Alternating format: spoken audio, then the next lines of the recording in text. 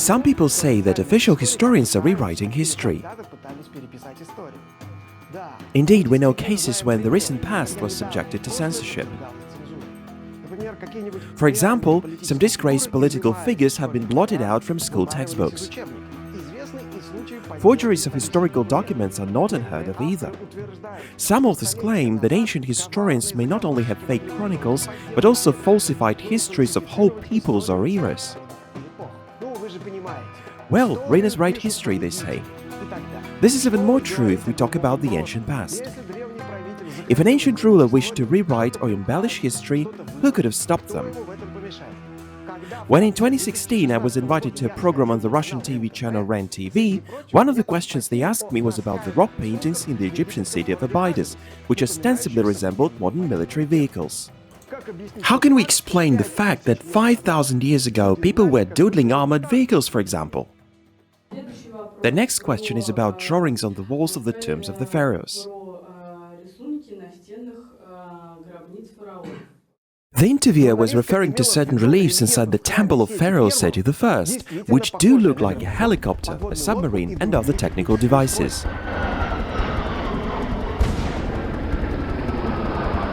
These strange images have dedicated Wikipedia entries, references in popular books, and videos by alternate historians. You may ask, why do I remember this? After all, the notorious Abydos hieroglyphs have been explained many times before. The fact is that the mysterious relief in Abydos is just another ancient attempt to rewrite history. Did it succeed? Watch this episode to the end to find out.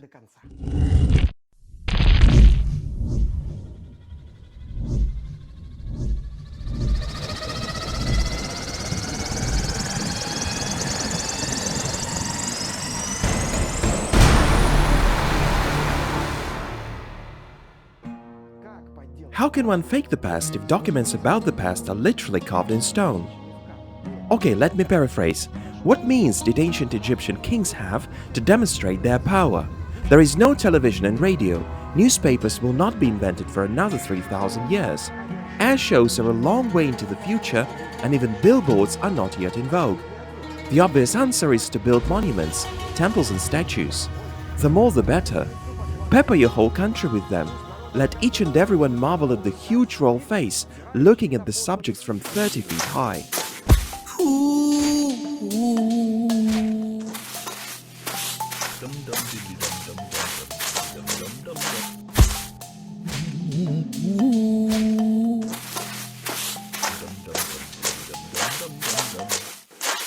But here is the problem. Your crowned dad or grandfather or someone before you has already built temples, had stone idols carved in his name. And your subjects will praise someone else's glory, not yours. That's no good. So what to do then? The first thing that comes to mind is disassemble it all brick by brick. And that's how they did it.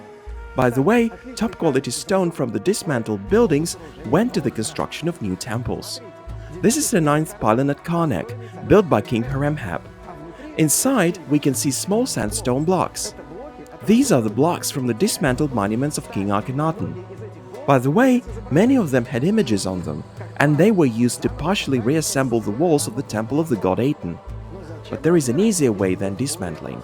It's called usurpation. Usurpation is the Latin for coming into possession. No need to bring down other people's monuments. We simply erase the name of the builder king and have artisans carve our own name all over the place. What once was his monument, from now on, will be ours.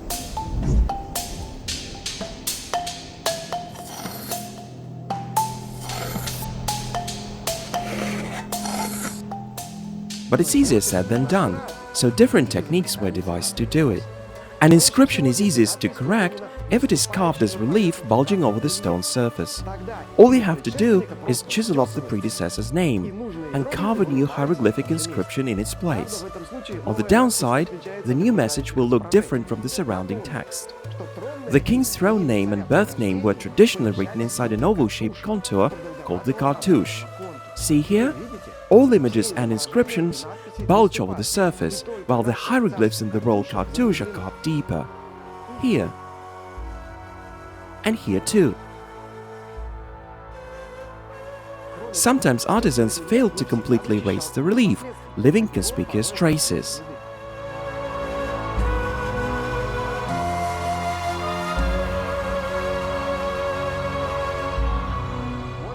Another way is to carve away your predecessor's name from inside a cartouche, then carve a neat cavity with the new symbols bulging out.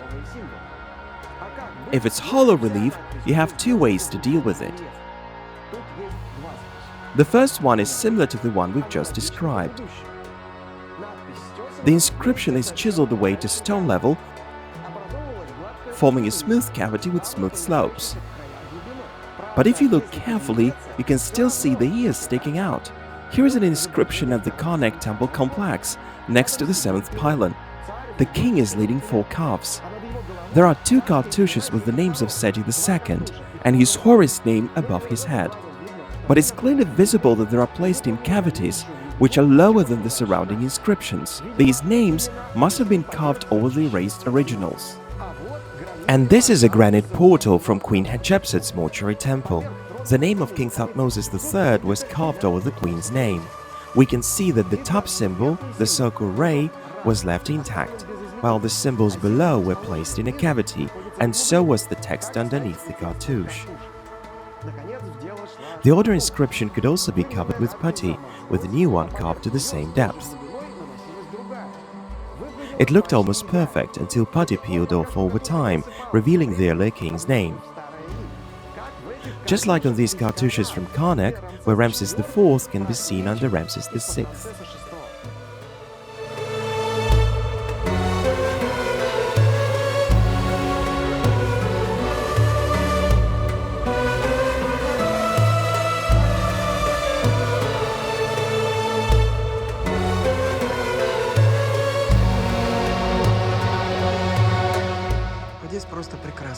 Here is a great example of cartouche recarving. Oops! What's this mishmash?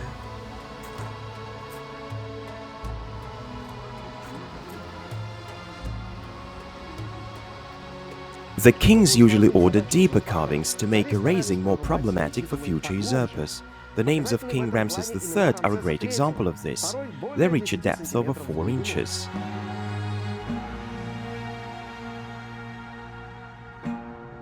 But none of this will work if you shield the wall with an extra layer of slabs. This is exactly what King Merneptah did to the main entrance to the colonnade of the Luxor temple. He ordered the walls with the reliefs made by his dad, Ramses II, to be concealed with extra stonework.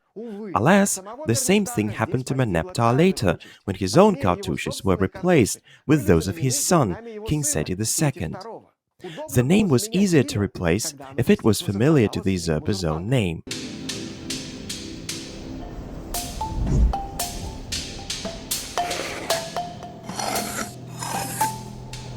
Here are, for example, the cartouches of Tutankhamun, usurped by King Horemheb. The upper part of both kings' cartouches was the same. It featured the solar disk and the name of the god Amun. The artisans left them in place, replacing only the lower part of the name. And here are the cartouches of King Shabaka at the Luxor temple, which someone decided to remove, but in the throne name of Shabaka, Neferkare, only the hieroglyph Ka was erased. This is probably due to the fact that King Psemtik II was engaged in the destruction of the cartouches. His throne name, Neferibre, differed from that of Shabaka by only 1 character. The heyday of monument usurpation in Egypt fell on the New Kingdom. But not everything is so simple with usurpation. Its goals could be different. For example, the king could change his own name on the monuments to a later version of it. This is also a kind of correction of history from the ancient Egyptian Ministry of Truth. For example, when the famous reformer king Amenhotep IV changed his own name to Akhenaten, his old name was replaced with a new one on the monuments.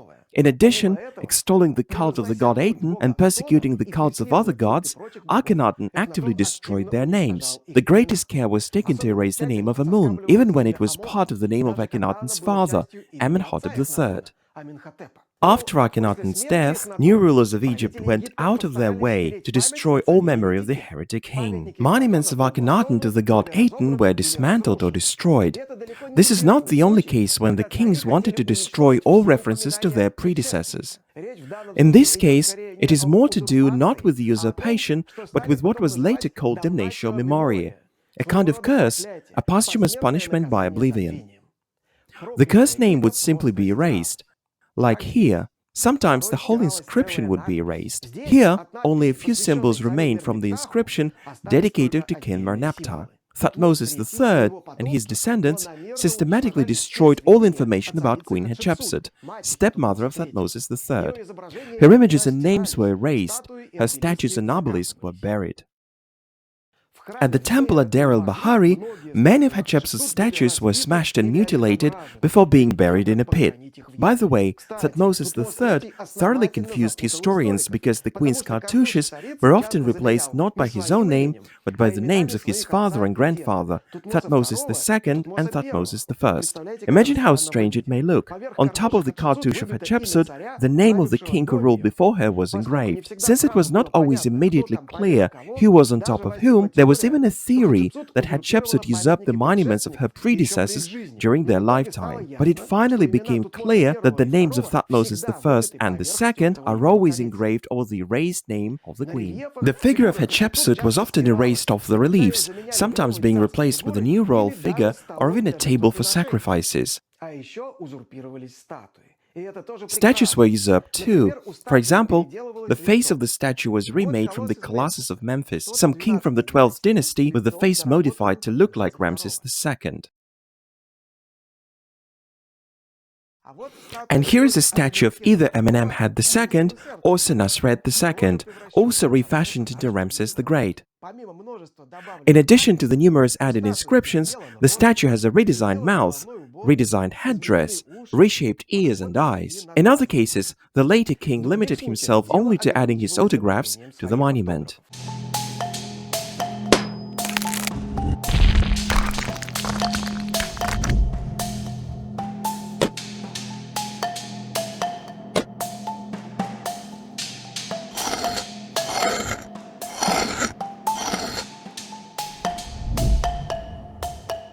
Here is a good example. This is a Sphinx of Amenemhat III. The names of Ramses II on the base of the statue, Merneptah on the shoulder blades, and Psessenes I on the chest between the paws were carved on it. But Ramses II did not limit himself to a modest autograph.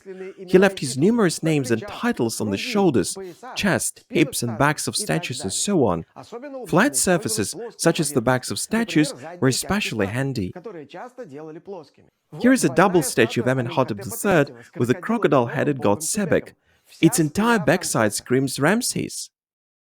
Another example is seated paired statues in the pillared hall of the Luxor temple. Here is the dyad of Ammon and Mut. Let's see what's behind them.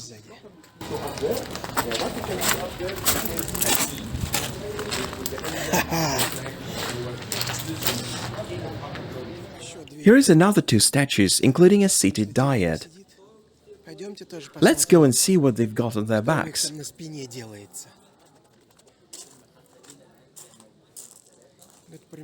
Here is an example of usurpation.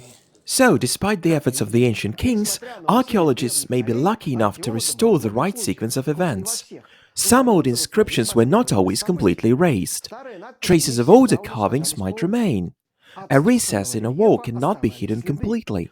Plaster crumbles sooner or later, and it may even be possible to partly restore dismantled buildings, and to date them according to the features of inscriptions, images, and statues found in them. I've mentioned the name of King Ramses the Great more than once in this video. His craving for usurpation was unprecedented in its scale. This greatest PR enthusiast of all time was very active in appropriating the monuments of his father, his grandfather, as well as of many other kings, starting from the Middle Kingdom. At the same time, Ramses was apparently not driven by dislike of his predecessors. It was even proposed not to use the term usurpation in relation to the acts of Ramses the Great, because this concept carries an overly negative connotation. His only intention was to strengthen his power, to earn more respect from his subjects during his surprisingly long reign. The usurpation of monuments went on a massive scale after year 21 of his reign, when Ramses took it to a whole new level, actively appropriating monuments across Egypt and Nubia, including dozens, if not hundreds of statues. In particular, Ramses the Great usurped a number of statues made by Amenhotep III at the Luxor temple.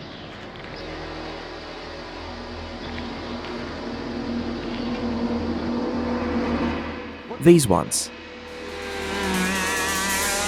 By studying the spelling of Ramses's royal name, Egyptologists have determined which statues were usurped in the early period of his reign and which were taken over after his second jubilee, which was celebrated in years 33 and 34 of his reign.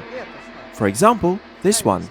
Its entire backside is covered with Ramses's names, but something earlier peers through on the left, the name of the god Amun-Ra. Another statue, same story. An early inscription breaks through the cartouche of the throne name of Ramses. It was originally covered with plaster. The king could have been seeking to increase his authority at a time when, with no television, no internet, and no newspapers, few Egyptians could remember any pharaoh other than Ramses himself. First of all, his throne name and his birth name enclosed in cartouches were carved over. But sometimes other names are also replaced, of which there are 5 in the royal title. Let's go back to the temple of Seti I at Abydos. Our team visited this amazing monument in April 2021.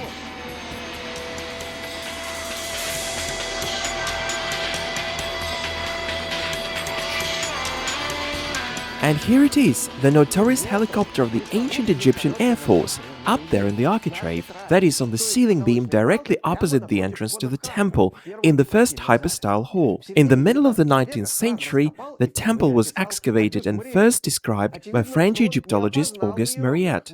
He did not recognize the image on the beam as a glimpse of future technology. Probably the first to tell the world about the fantastic anachronism was Dr. Ruth McKinley Hover, a psychotherapist and traveler from Arizona. She visited Abydos in 1987. While Egyptologist Dr. Ruth Hover was photographing one of the wall panels, she made a startling discovery. I think the images are of ancient technology. They appear to duplicate technology that we now have. 10 years later, photographs from the Temple of Seti I, taken by British writer and alternative historian Alan Elford, were published by the UFO magazine, and it was a moment of revelation.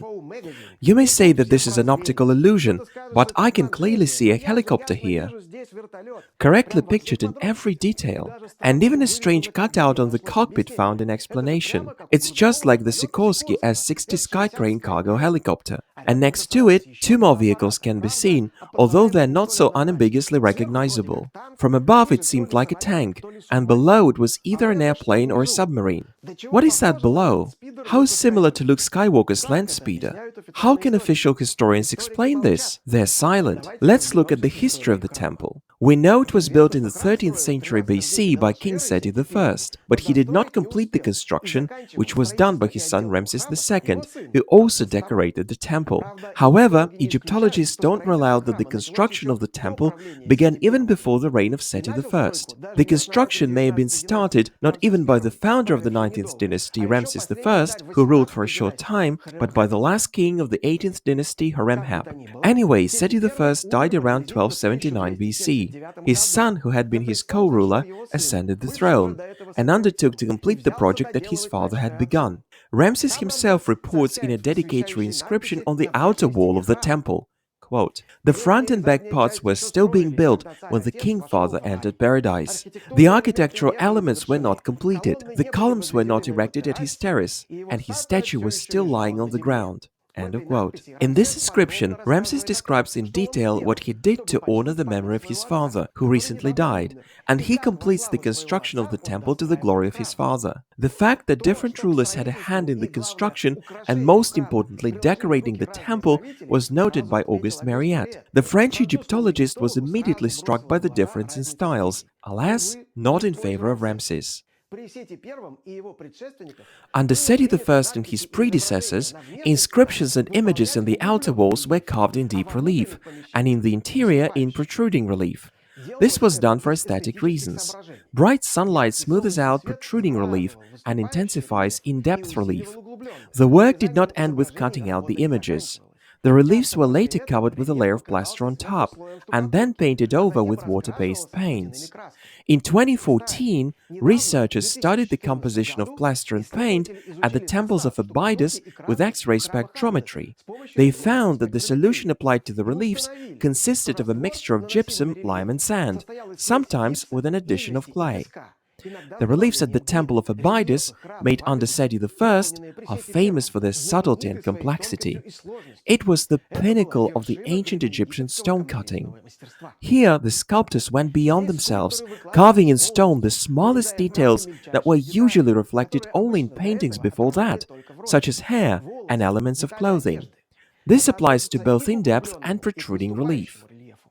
But now Ramses II takes over the job. He cares less about quality, but more about quantity and speed of construction. Early on, his sculptors still used the protruding relief, though made with less detail and skill. Alas, patience was hardly one of the virtues of Ramses. This is how much extra care it takes to make a prominent relief, painstakingly carving all the stone around the image. The king must have quickly got bored, and he almost completely abandoned the protruding reliefs throughout his extra-long reign. The sculptors also stopped carving small details. They would now carve only the main elements in stone, depicting smaller details with paint.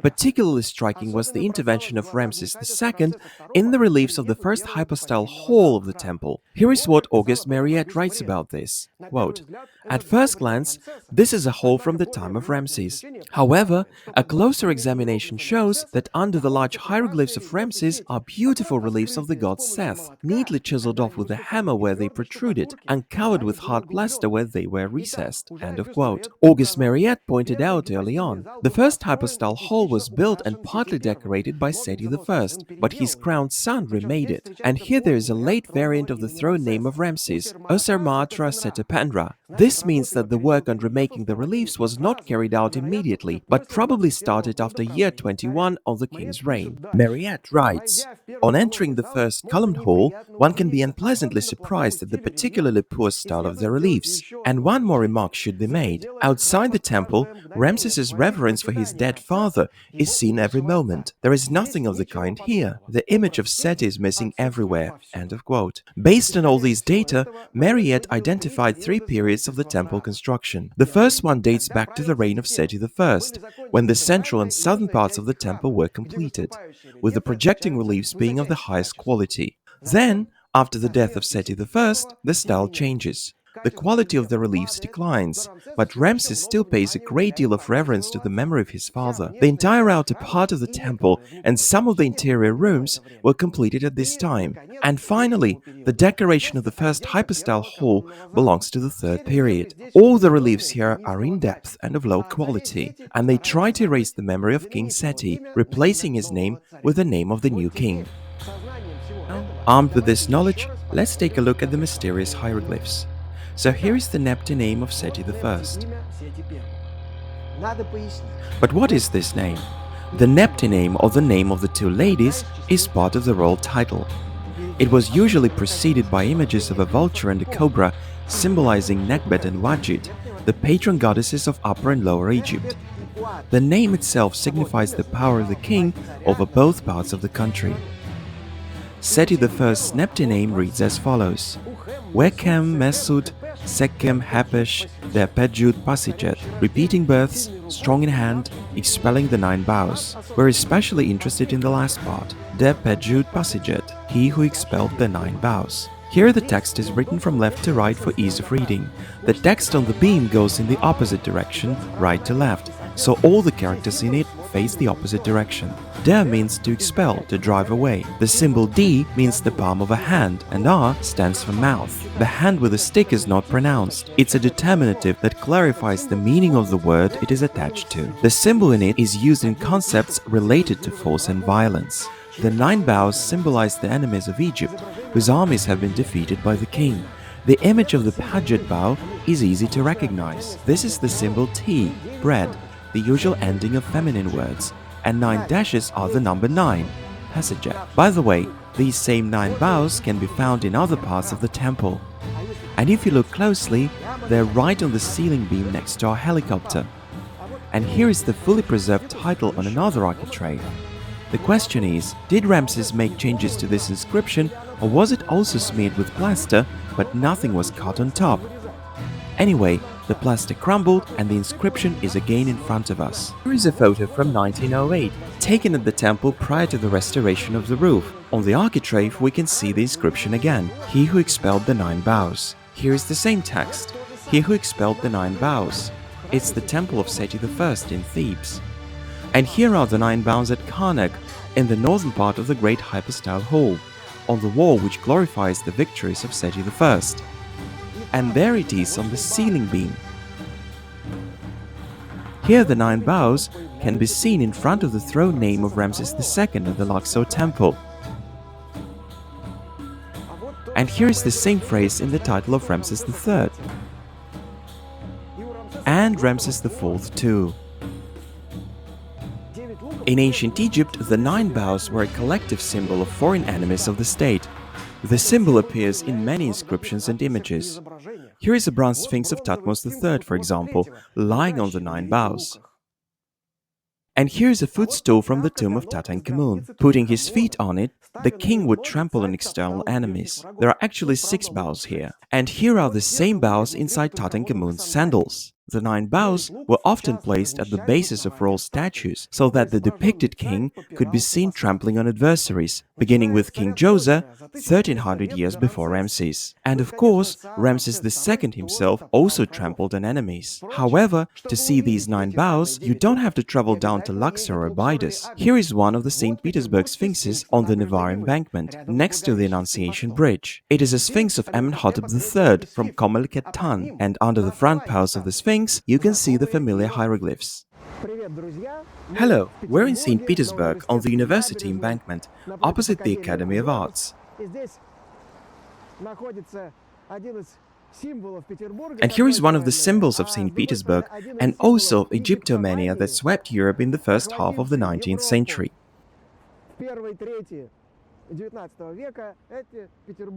These sphinxes are part of the granite embankment next to the Annunciation Bridge.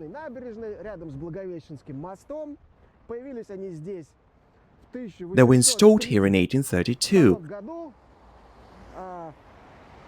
but their story begins earlier.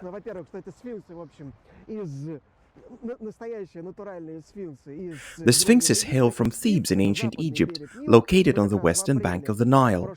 We were there last April and took a walk around the so-called Colossi of Memnon, which are the colossi of King Amenhotep III from the 18th dynasty.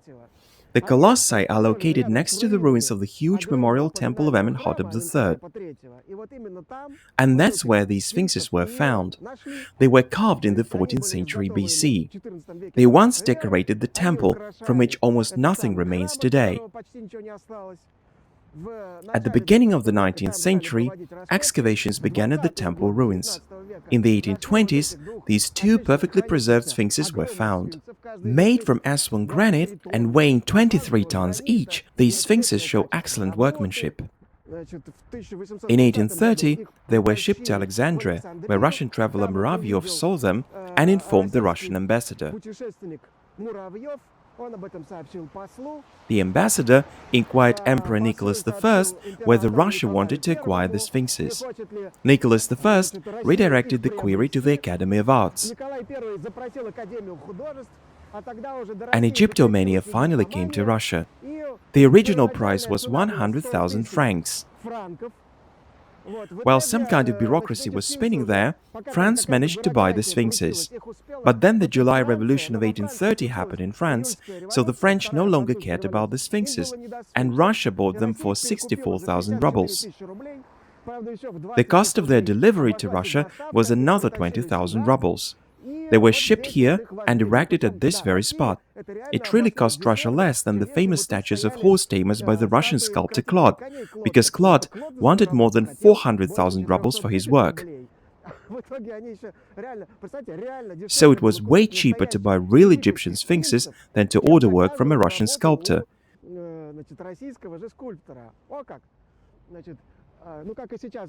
Just like today, when going to Egypt may be cheaper than relaxing in the suburbs.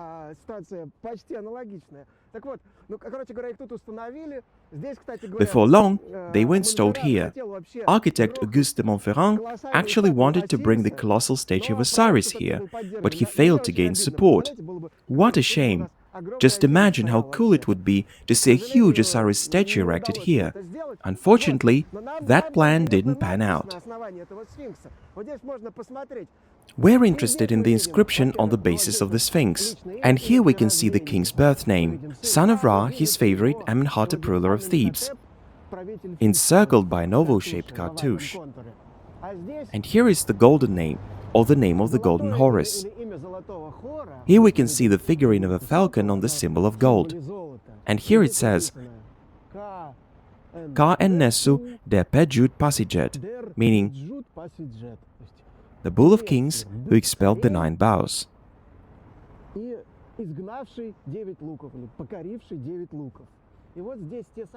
And here are the very same symbols you may remember from the relief on the architrave at the temple of Seti I.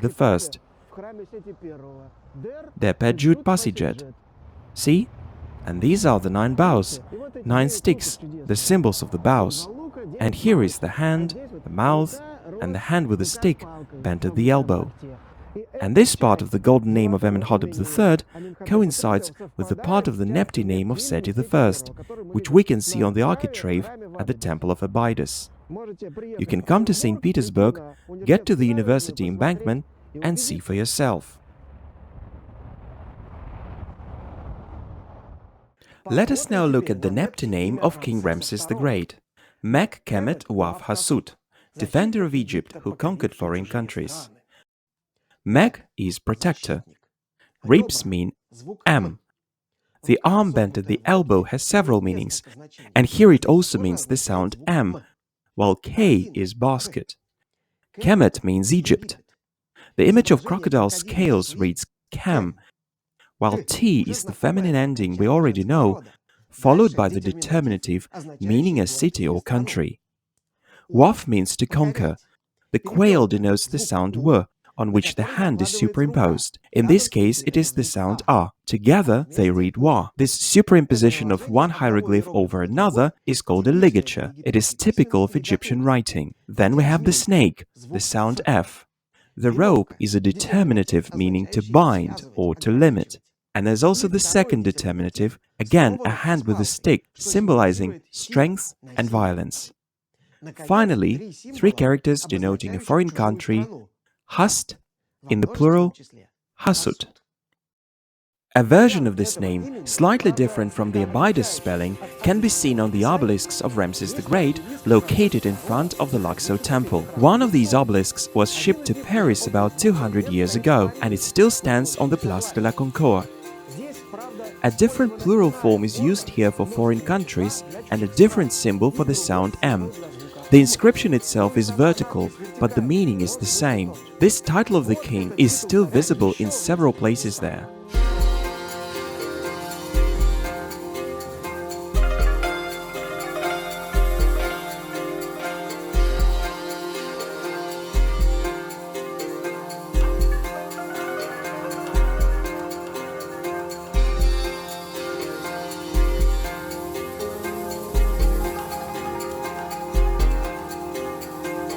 Here is exactly the same spelling as in Abydos.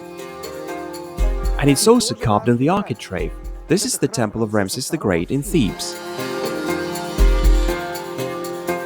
Mek Kemet Uaf Hasut is also found in the temple of Seti I in Thebes. This temple was also completed by Ramses the Great. So, the title of Seti I was smeared with putty, and the name of the new king Ramses II was carved over it.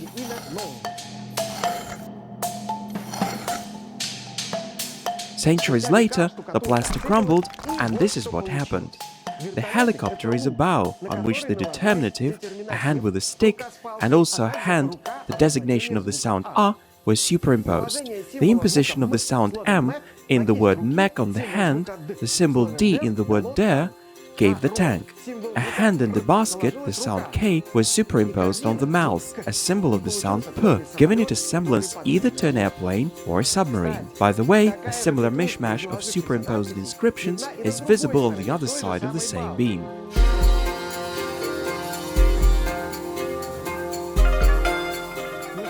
Well, do you really need more proof than that?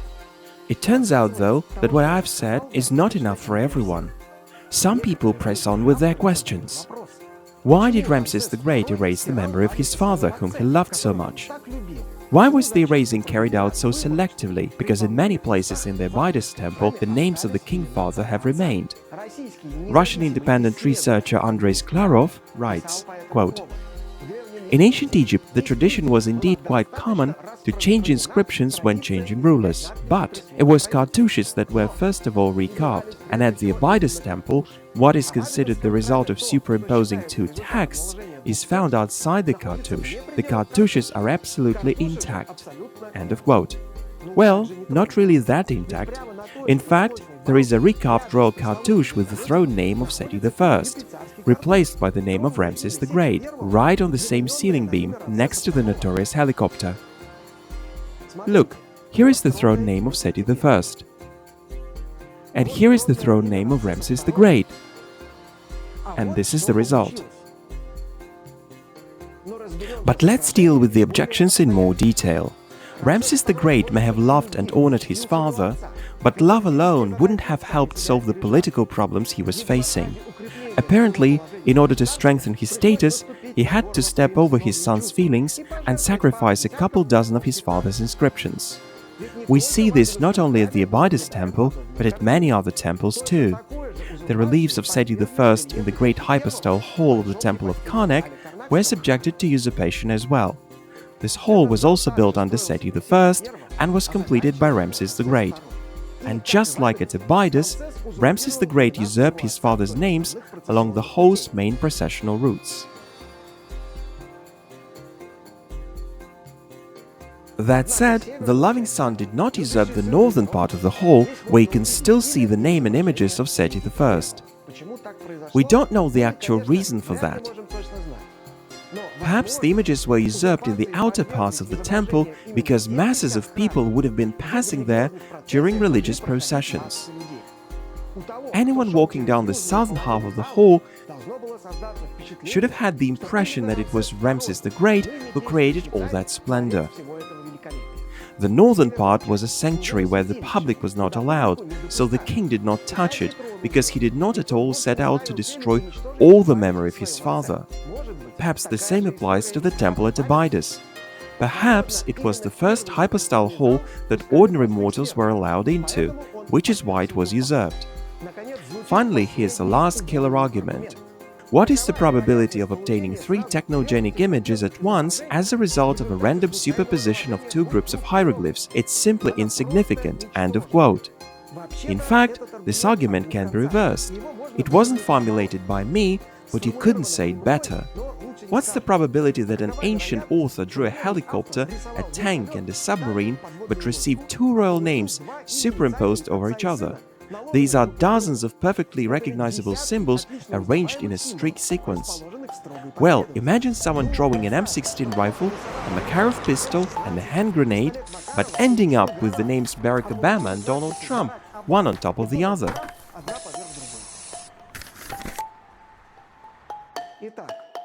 Obviously, even a great ruler like Ramses II failed to rewrite history completely and totally erase the memory of his father. We will probably never know exactly what motivated the ancient king. But what motivates those who come up with stories about ancient Egyptian Sikorsky helicopters?